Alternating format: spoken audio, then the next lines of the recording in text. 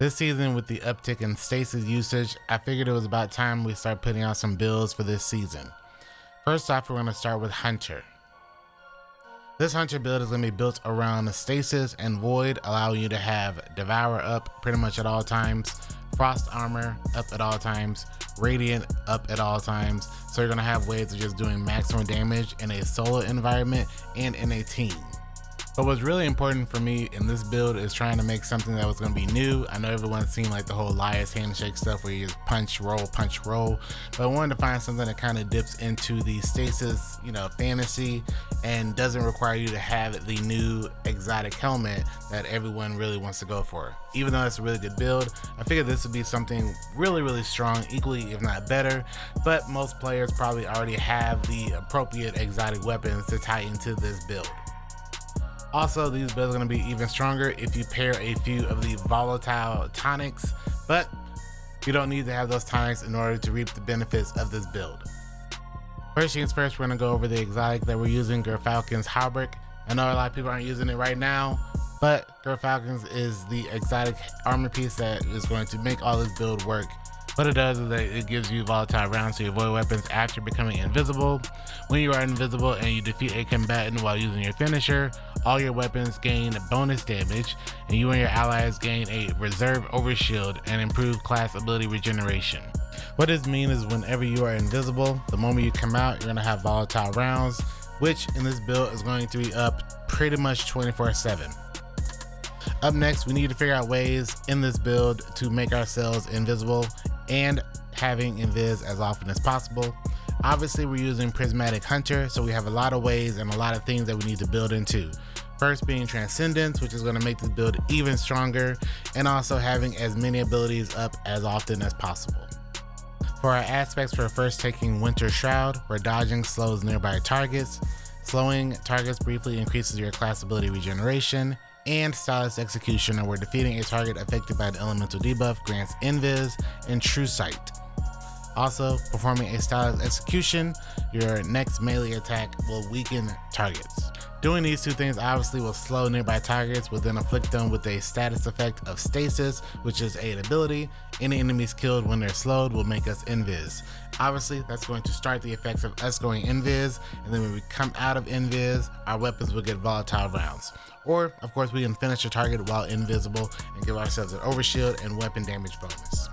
For our grenade, we're taking Dustfield Grenade, just going to toss it and it's going to slow and freeze targets, which will make us easier to get our volatile rounds up more often. For our melee, we're taking Withering Blade just to have another way to slow targets and damage them. Also, it's going to shatter already frozen targets. We're taking Facet of Devotion, defeating targets afflicted with stasis or strain debuffs grant bonus light transcendence energy. Facet of Dawn, where powered melee hits against targets make you radiant. Powered melee final blows make you and nearby allies radiant. Facet of Sacrifice, while you have an arc, solar, or void buff, ability final blows grant bonus darkness energy. Facet of Purpose, picking up an orbit power grants either amplified, restoration, frost armor, woven mail, or overshield based on the damage type of your equipped super. And Facet of Balance, rapidly defeating targets with light damage grants melee energy, rapidly defeating targets with darkness damage grants grenade energy. All these things combined together allow you to have a lot of light energy in Transcendence, a lot of dark energy in Transcendence, and having a lot of damage resistance and ways of just being healed over time, and also doing a lot of damage at the same time. Looking over the armor, nothing really important outside of just running a special finisher, so you can have special as often as possible. Putting on things that are going to make orbs, so like Siphon Moths for Void, loaders, putting on something for your melee like heavy-handed. Pretty much really straightforward stuff based off of this build. All you really need is to put on special finisher. Make sure you have some way to get scavengers to put on scavenger, as well as a recuperation just for a little bit more health. Nothing really out of the norm with this build, although let's finally talk about the weapons. Our exotic of choice is Choir of One. This is from last season's exotic mission. Fires extended range heavy caliber projectiles at a reduced rate of fire. Deals increased precision damage when aiming down sights. Now our main objective is running it with destabilizing rounds, which is going to allow final blows to cause nearby targets to become volatile.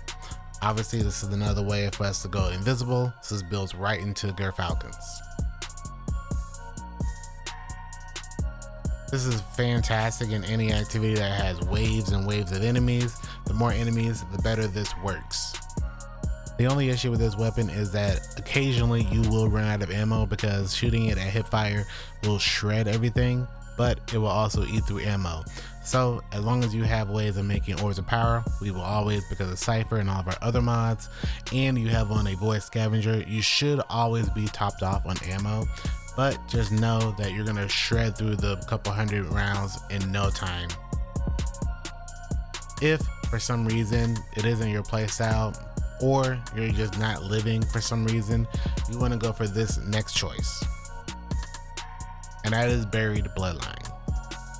Buried Bloodline is the exotic sidearm or crossbow from the last dungeon, Warlord's Ruin. With its catalyst, it gives you Devour, and while you have Devour, it weakens all targets it hits. So this builds right into our entire Gerfalcons build that allows us to constantly have the ability to weaken targets, grant volatile to ourselves, to explode everything, and constantly be invis.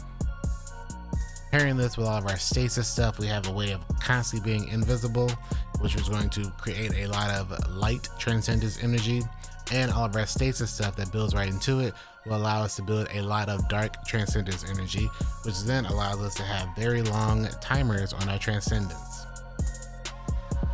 Because we're going to have a lot of light energy, we can also go into some more darkness energy by putting on a GL known as Lost Signal. I prefer auto-loading holster and demolitionist. This is really good for generating a lot of darkness energy in a short time from one shot.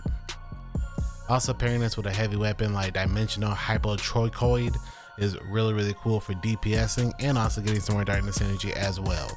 The heavy slot is whatever you want to use, but because you're going to pretty much be making sure you have a lot of light energy running Choir of One or Buried Bloodline, you might as well put the rest of your stuff into darkness energy as well to keep up with it. Surprisingly, this has been my most fun build so far, at least one of my favorite fun builds so far this season. And in the background, there's been footage that's been playing of Onslaught and also of Vesper's Host. This Vesper's Host that you see is a solo hunter doing this, and obviously there's gonna be a lot of people trying to do, you know, this dungeon, especially with Master out now. This is one of the better builds that you can do. Doesn't require a lot of the new stuff to be at your best, and it doesn't take a lot of work to like make the ball rolling on this build. Hopefully it helps you. There's a lot of things you can change. If you want to change something in it, feel free to let me know in the comment section. I will leave a dim link to this build, so if you want to just set it and forget it, feel free to grab that link as well and enjoy. As always, if you enjoyed this video, if this build helps you, or if you just enjoy the content that I put out, please let me know in the comments, and also by liking this video and sharing it with your friends. And as always, thank you so much for watching, and I will see you in the next one.